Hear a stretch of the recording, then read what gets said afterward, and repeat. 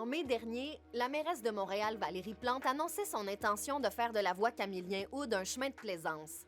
Mais les mesures temporaires mises en place cet été ont plutôt attiré des commentaires négatifs de la part de chroniqueurs. 6249 Transport Québec. Pour sa part, le chroniqueur à la circulation, Yves Desautels, croit que les mesures choisies ont été favorables. Mais j'ai l'impression que les gros problèmes qui ont conduit à toutes ces mesures-là, entre autres la mort du jeune cycliste, je pense que les mesures en place sont correctes. Le cycliste de haut niveau Clément Ouimet a été happé mortellement par un touriste qui désirait faire un demi-tour sur le chemin Camillien-Hood en octobre 2017. Moi, je retourne régulièrement, je traverse souvent Camillien-Hood. Puis de ce que je vois, c'est les limites sont respectées. Les gens restent dans leur couloir. Il y a des vélos tout le temps. Il y en a beaucoup qui s'entraînent, qui montent, mais ils ont leur voie qui est assez large. Et puis, comme je disais, bien, des fois, c'est la descente. Des fois, les cyclistes descendent très, très vite.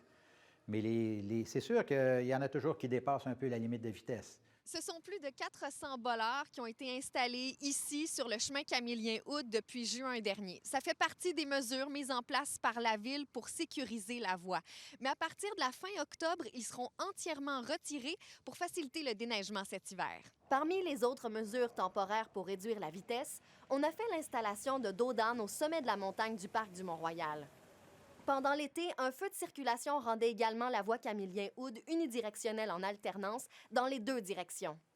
Ils voulaient éliminer le transit, mais c'est pas vraiment à cause de congestion parce qu'il n'y a pas assez de véhicules qui passent par là de toute façon. À chaque fois que je suis allé, moi, j'ai jamais eu vraiment de problème. Nous avons donc interrogé les Montréalais à savoir ce qu'ils pensent de cet aménagement temporaire. Tout va bien, oui. Le trafic était fluide, mais bon, c'était un petit peu étroit, mais c'est vrai que je pense que ça peut être efficace, ouais. Ouais. Ah oui, pas de souci. Bah moi, des fois, je prends cette rue-là, c'est sûr qu'avec ça, là, c'est sûr qu'on voit plus de demi-tour et tout ça, là, mais au niveau de la vitesse, je pourrais pas te dire. L'organisme Les Amis de la Montagne aurait souhaité que l'on réfléchisse davantage à la vision globale que le site du Mont-Royal nécessite en matière de déplacement. Nous, ce qu'on déplore, c'est que les projets, les mesures, que ce soit par exemple le projet pilote de fermeture ou les mesures temporaires qui ont été mises en place, soient justement traitées au projet par à-coup, plutôt que dans une vision qui vise à englober l'ensemble des enjeux d'accessibilité à la montagne et de répondre aux besoins de l'ensemble des clientèles.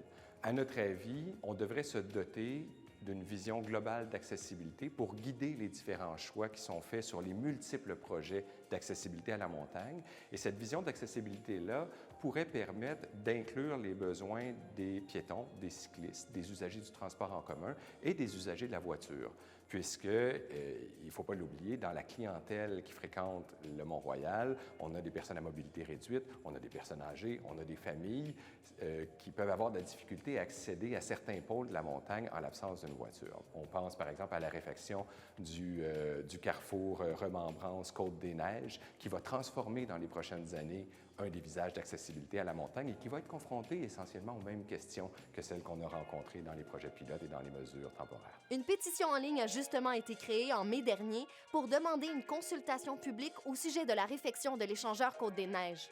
La mairesse de Montréal a quant à elle assuré que des mesures de sécurité seront encore mises en place sur la voie Camillien-Hood l'an prochain.